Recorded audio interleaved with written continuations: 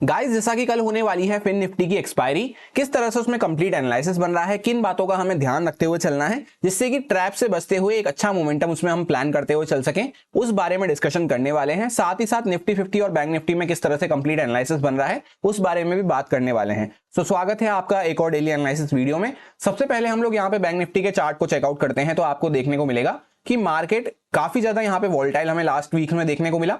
उसके बाद ये जो वीक स्टार्ट हुआ है, यहाँ पे कहीं ना कहीं हम पिछली जो बड़ी सी कैंडल बनी थी इलेक्शन वाले रिजल्ट दिन पे, उसके अंदर में ही घूमते हुए नजर आ रहे हैं।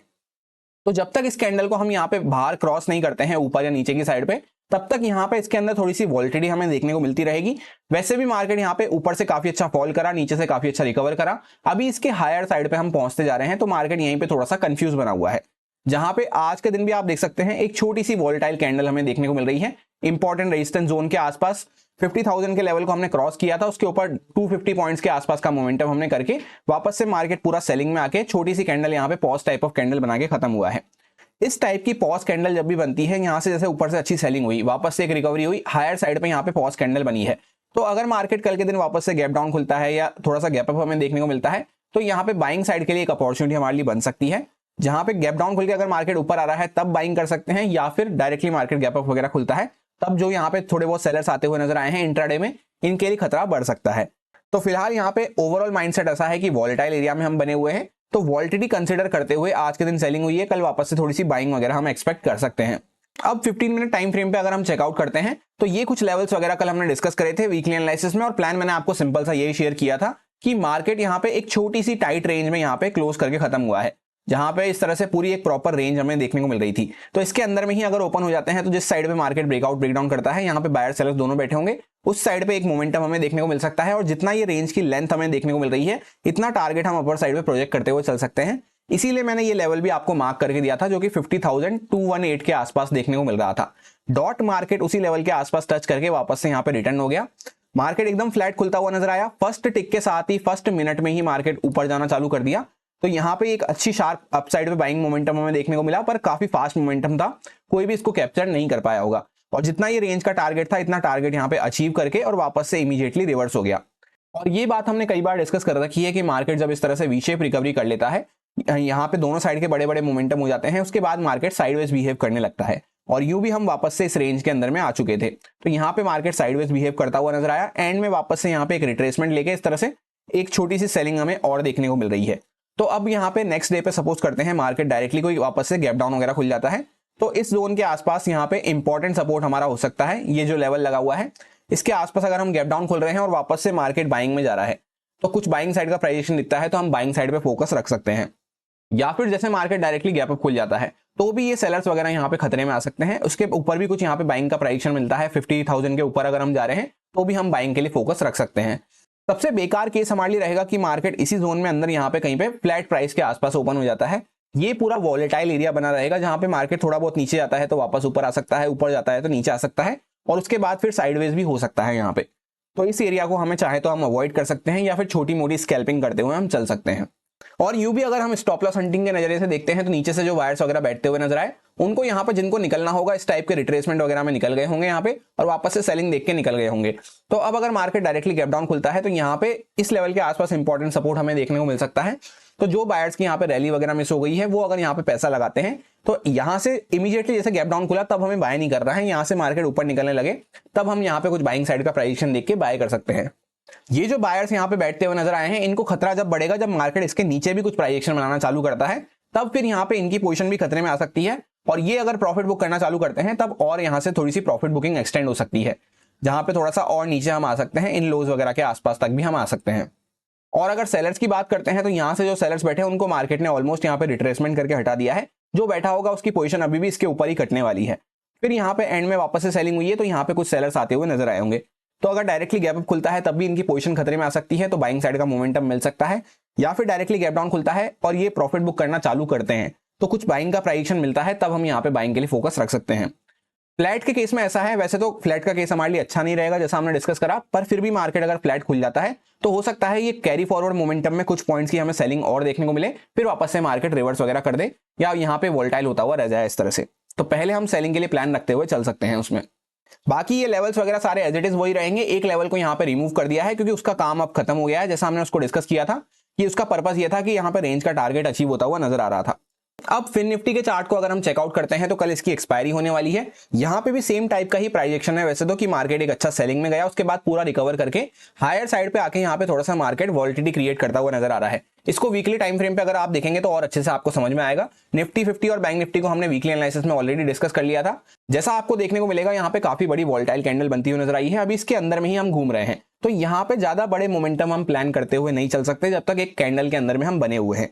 इस बात को ध्यान रखते हुए हमें चलना है। तो ये वीक हमारा थोड़ा सा वॉलेटाइल वीक ही रह सकता है तीनों ही इंडेक्सेस में। वापस से डेली टाइम फ्रेम पे आ जाते हैं तो यहाँ पे मार्केट एक अच्छा रिट्रेसमेंट लेता लेता ऊपर गया और काफी अच्छी यहाँ पे रिकवरी देखने को मिल रही है। हायर साइड पे आके मार्केट अब थोड़ा सा यहाँ पे वॉलेटाइल हो रहा है, जहां पे एक पॉज टाइप ऑफ कैंडल हमें देखने को मिल रही है। तो अगर मार्केट कल के दिन वापस से गैप अप वगैरह खुल के इसका हाई क्रॉस करता है तो बाइंग साइड पे एक मोमेंटम मिल सकता है, या फिर डायरेक्टली मार्केट कुछ बड़ा गैप डाउन खुल जाता है, उस केस में भी वापस से थोड़ा सा बाइंग साइड का मोमेंटम मिल सकता है। क्योंकि ओवरऑल एक वॉलेटाइल एरिया के अंदर हम खड़े हुए हैं जहां पे थोड़ी सी सेलिंग होते हुए क्लोज हुआ है मार्केट, थोड़ी और सेलिंग वगैरह होती है, गैप डाउन वगैरह के केस में पॉइंट्स जाते हैं, उसके बाद वापस से बाइंग हो सकती है। तो बाइंग के लिए हम प्लान रखते हुए चल सकते हैं, जैसा हमने बैंक निफ्टी में डिस्कस करा। तो एक लाइन में हमारा माइंडसेट तो वॉलेटाइल एरिया के लिए है क्योंकि वॉलेटाइल एरिया में हम बने हुए हैं, पर इसके अंदर में भी हम मॉर्निंग में किस तरह से प्लान कर सकते हैं। तो बाइंग के लिए हमें ज्यादा अच्छा देखने को मिल रहा है अगर बाइंग का कुछ प्राइजेक्शन मिलता है तो, और किस केस में, गैप अप या फिर गैप डाउन के केस में। 15 मिनट टाइम फ्रेम पे चलते हैं एग्जैक्ट इंट्राडे कंडीशंस को डिस्कस करने के लिए। तो यहाँ पे भी आपको देखने को मिलेगा सेम टाइप का प्राइजेक्शन है कि पहले ऊपर से एक अच्छी सेलिंग हुई थी, पीछे इस तरह से यहाँ पे आप देख सकते हैं काफी बड़ी सेलिंग होती हुई नजर आई, उसको पूरा मार्केट ने ऑलमोस्ट रिकवर कर दिया है। तो जिन सेलर्स को मार्केट को भगाना था उनको ऑलरेडी भगा दिया है। उसके बाद जो यहाँ पे नीचे से बायर्स वगैरह बैठे, इनको काफी अच्छा प्रॉफिट देखने को मिल रहा होगा। यहाँ से भी जो बायर्स बैठे उनको भी अभी तक काफी अच्छा प्रॉफिट चल रहा होगा। जिनको निकलना होगा वो निकल गए होंगे इस टाइप के रिट्रेसमेंट वगैरह में। अब जैसा कि आप देखेंगे यहाँ पे हायर साइड पे मार्केट एक रेंज टाइप बनाता हुआ जा रहा है, जहां पे डबल टॉप स्ट्रक्चर आपको यहाँ पे देखने को मिलेगा इस तरह से। तो अगर मार्केट यहाँ पे इसका लो क्रॉस करता है, यहाँ पे फ्लैट वगैरह खुल के फ्लैट खुल जाता है मार्केट, तो इसका लो क्रॉस करता है तो कुछ पॉइंट्स की सेलिंग हमें और देखने को मिल सकती है कैरी फॉरवर्ड मोमेंटम में। पर let suppose directly market gap down खुल जाता है, उस केस में भी वापस से यहाँ पे बाइंग के लिए अगर कुछ प्राइजेक्शन मिल रहा है तो बाइंग हम कर सकते हैं, या फिर डायरेक्टली मार्केट गैप अप खुल रहा है उस केस में भी ये सेलर्स की पोजीशन खतरे में आ सकती है, तो भी हमारा बाइंग साइड पे कुछ प्राइजेक्शन मिल रहा है तो भी हम बाइंग साइड पे फोकस रख सकते हुए चल सकते हैं। सो एक लाइन में प्लान हमारा कैसा हो जाता है, जैसा हमने बैंक निफ्टी में डिस्कस करा कि फ्लैट का केस उतना अच्छा तो नहीं रहेगा, पर फिर भी अगर मार्केट फ्लैट खुल जाता है तो कैरी फॉरवर्ड मोमेंटम में कुछ पॉइंट्स की सेलिंग हम एक्सपेक्ट कर सकते हैं, उसको अच्छे से ट्रेल करते हुए हमें चलने की जरूरत है। फिर यहाँ पे वापस से मार्केट ऊपर के रिट्रेसमेंट वगैरह कर सकता है या बाइंग में जा सकता है। डायरेक्टली अगर गैप डाउन खुल रहा है तो गैप डाउन खुल के इमीडिएटली नीचे जा रहा है तो उसके बाद वापस से हाई को क्रॉस करे तब बाइंग करना है हमें, या फिर गैप डाउन खुल के इमीडिएटली ऊपर आ रहा है, कुछ बाइंग का प्राइजेक्शन मिल रहा है, तब हम बाइंग के लिए फोकस रख सकते हैं। और डायरेक्टली गैप अप के केस में भी हम बाइंग के लिए फोकस रख सकते हैं, कुछ बाइंग का प्राइजेक्शन मिलता है तो, क्योंकि सेलर्स की पोजीशन ये खतरे में आ चुकी होगी। ये सारे कुछ इंपॉर्टेंट लेवल्स रहेंगे जिन पे मैं ट्रेडिंग करते टाइम फोकस रखूंगा। 22,475 के आसपास रेजिस्टेंस है, 22,316 के आसपास एक रेजिस्टेंस अभी हमारा बना हुआ है जहां पे डबल टॉप हमने लगाया है, और यहाँ पे 21,980 के से लेकर 22,000 का एक इंपॉर्टेंट सपोर्ट का हमारा जोन हो जाता है। इसके नीचे कुछ प्राइजेक्शन बनना चालू होता है सेलिंग साइड पे, तभी हम सेलिंग के बारे में कुछ छोटा मोटा प्लान कर सकते हैं या फिर बाइंग के लिए वेट एंड वॉच कर सकते हैं। अदरवाइज इसके ऊपर जैसे मार्केट गैप डाउन यहाँ पे खुलता है, कुछ बाइंग का प्राइजेक्शन मिल रहा है, थोड़ा नीचे जाके वापस से बाइंग का प्राइजेक्शन मिल रहा है तो हम बाइंग कर सकते हैं, या फिर फ्लैट के केस में यहाँ पे थोड़ा बहुत पहले सेलिंग के लिए फिर बाइंग के लिए यहाँ पे एक्सपेक्ट करते हुए चल सकते हैं। और गैप अप के केस में जैसा हमने डिस्कस करा, बाइंग के लिए अगर कुछ प्राइजेक्शन मिलता है तो हमारा बाइंग के लिए ही प्लान रहेगा। अब निफ्टी 50 के चार्ट को अगर हम चेकआउट करते हैं सबसे पहले वन डे टाइम फ्रेम पे, तो मार्केट पूरा यहाँ पे वी शेप रिकवरी दिखा चुका है, जहां पे एक अच्छी सेलिंग दिखाने के बाद वापस से पूरा हमने रिकवर कर दिया है और हायर साइड पे आके मार्केट यहाँ पे एक पॉज टाइप ऑफ कैंडल बनाया है। तो ये बात को हमने वीकली एनालिसिस में भी डिस्कस कर लिया था कि मार्केट इस लेवल के आसपास ही थोड़ा सा वॉलेटाइल होता हुआ रह सकता है कुछ दिनों के लिए, फिर मार्केट अपना ट्रेंड डिसाइड कर सकता है। ये बात जैसा आप यहाँ पे वीकली टाइम फ्रेम पे देखेंगे इस तरह से, तब आपको अच्छे से समझ में आएगी। यहाँ पे हमने डिस्कस किया था कि काफी बड़ी वॉलेटाइल कैंडल बनती हुई नजर आई है, जिस वजह से चार्ट स्ट्रक्चर कंप्लीटली बिगड़ चुका है। तो यहीं पे मार्केट इसी जोन के अंदर में थोड़ा टाइम पास करता हुआ रह सकता है कुछ दिनों के लिए, ऐसा मैंने आपसे कहा था। तो वही यहाँ पे होता हुआ नजर आ रहा है, कोई ज्यादा बड़े मूव के लिए हम प्लान करते हुए नहीं चल सकते। अब जैसा कि यहाँ पे पॉज कैंडल बनी है तो डायरेक्टली मार्केट गैप डाउन खुल के ऊपर निकल रहा है तो बाइंग कर सकते हैं, गैप अप खुल रहा है तो भी बाइंग कर सकते हैं, फ्लैट खुल के नीचे निकल रहा है तो कुछ पॉइंट्स की सेलिंग हम एक्सपेक्ट करते हुए चल सकते हैं, उसको अच्छे से ट्रेल करते हुए हमें चलना होगा। जितना सेलिंग चल रही है उसको कुछ पॉइंट्स के बाद ट्रेल करते हुए चलना होगा, क्योंकि मार्केट कहीं पे भी जाके वापस से रिवर्स कर सकता है, थोड़े बहुत पॉइंट्स दिखा के भी रिवर्स कर सकता है, थोड़ा ज्यादा पॉइंट्स दिखा के भी रिवर्स कर सकता है। फ्लैट के केस में ऐसा हमें देखने को मिल सकता है। अब 15 मिनट टाइम फ्रेम पे हम आ चुके हैं। तो सबसे पहले ये कुछ लेवल्स को मैंने आपसे डिस्कस किया था वीकली एनालिसिस में, और प्लान सिंपल सा ये शेयर किया था कि यहाँ पे एक अच्छी सेलिंग होती हुई नजर आई और वापस से एक रिट्रेसमेंट या पूरा यहाँ पे रिकवरी हमें देखने को मिल रही है। तो जो भी सेलर्स बैठे थे जिनको निकलना था वो यहाँ पे निकल चुके होंगे, जो अभी भी नहीं निकले होंगे जिनके स्टॉप लॉस इसके ऊपर मिलने वाले हैं, तो यहाँ पे मार्केट ऊपर जाते ही वो निकल जाएंगे। उसके बाद अपर साइड पे सेलर्स के स्टॉप लॉस खत्म हो जाएंगे, तो मार्केट वापस से थोड़ा सा रिवर्स कर सकता है। तो ये पूरे एरिया के आसपास हमें वॉल्टिलिटी देखने को मिल सकती है। तो मार्केट ये जो थोड़े बहुत बायर्स बैठे हैं इनको टारगेट कर सकता है, या फिर ये थोड़े बहुत सेलर्स बैठे हैं इनको टारगेट कर सकता है। उस केस में छोटे मोटे मूव्स हमें देखने को मिल सकते हैं। और क्लियर कट मैंने आपसे ये बात कही थी कि बैंक निफ्टी हमारे ज्यादा फोकस में रह सकता है आज मंडे के दिन पे। उसमें काफी अच्छे बड़े मूव्स हमें होते हुए नजर आए, बाइंग साइड पे भी और यहाँ पे सेलिंग साइड पे भी।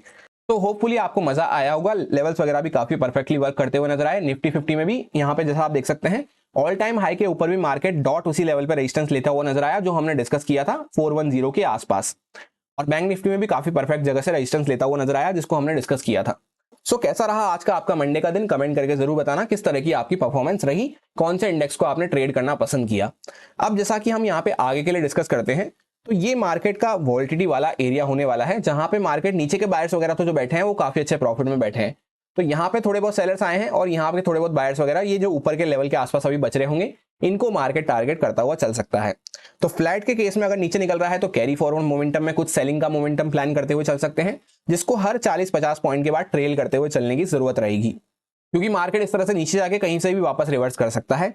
डायरेक्टली गैप डाउन खुल जाते हैं तो उसमें बाइंग के लिए कुछ प्राइस मिल रहा है तो मैं उसमें इंटरेस्टेड रहूंगा, अदरवाइज मैं वेट एंड वॉच करने की कोशिश करूंगा। या जैसे मार्केट गैप डाउन खुल के कुछ पॉइंट्स के लिए नीचे जा रहा है, वापस से अपने हाई को ब्रेकआउट करता है इस तरह से, तब भी हम बाइंग के लिए यहाँ पे फोकस रख सकते हैं। डायरेक्टली गैप अप के केस में ये सेलर थोड़ा खतरे में आ सकते हैं, तो बाइंग का कुछ प्राइस मिलता है तो उस केस में भी बाइंग के लिए हम फोकस रखते हुए चल सकते हैं। बाकी लेवल्स वगैरह सारे एज इट इज वही रहेंगे, कोई भी चेंजेस करने की यहाँ पे जरूरत नहीं है, काफी परफेक्टली वर्क करते हुए नजर आ रहे हैं। और जो भी लोग मुझसे पूछ रहे थे इवेंट्स में हमें किस तरह से ट्रेड करना होता है, क्योंकि बैक टू बैक हमारे सामने इवेंट आते रहते हैं, तो मेन वाले चैनल पे एक इंपॉर्टेंट वीडियो अपलोड करी गई है जिसको आप चाहें तो चेकआउट कर सकते हैं। उसका लिंक आपको पिन कमेंट में मिल जाएगा या फिर एंड स्क्रीन में भी वो वीडियो आपके सामने आ जाएगी। तो इवेंट ट्रेडिंग के बारे में आपको काफी सारी इंसाइट्स और नॉलेज उसके बारे में मिलने वाली है। यही मेरा सिंपल सा एनालिसिस बन रहा था तीनों इंडेक्सेस में, जो आपके साथ प्योरली एजुकेशन एक्सपीरियंस पर्पस से शेयर किया गया है, सारे लॉजिक्स एंड रीजंस को एक्सप्लेन करते हुए। अब अगर आपको अच्छा लगता है, समझ में आया है, तो आप इसको यूज में ले सकते हैं अपने रिस्क पे, अपने प्रॉपर रिस्क मैनेजमेंट को फॉलो करते हुए, अच्छे से स्टॉप लॉसेस वगैरह को फॉलो करते हुए। Happy FinNifty expiry, thank you.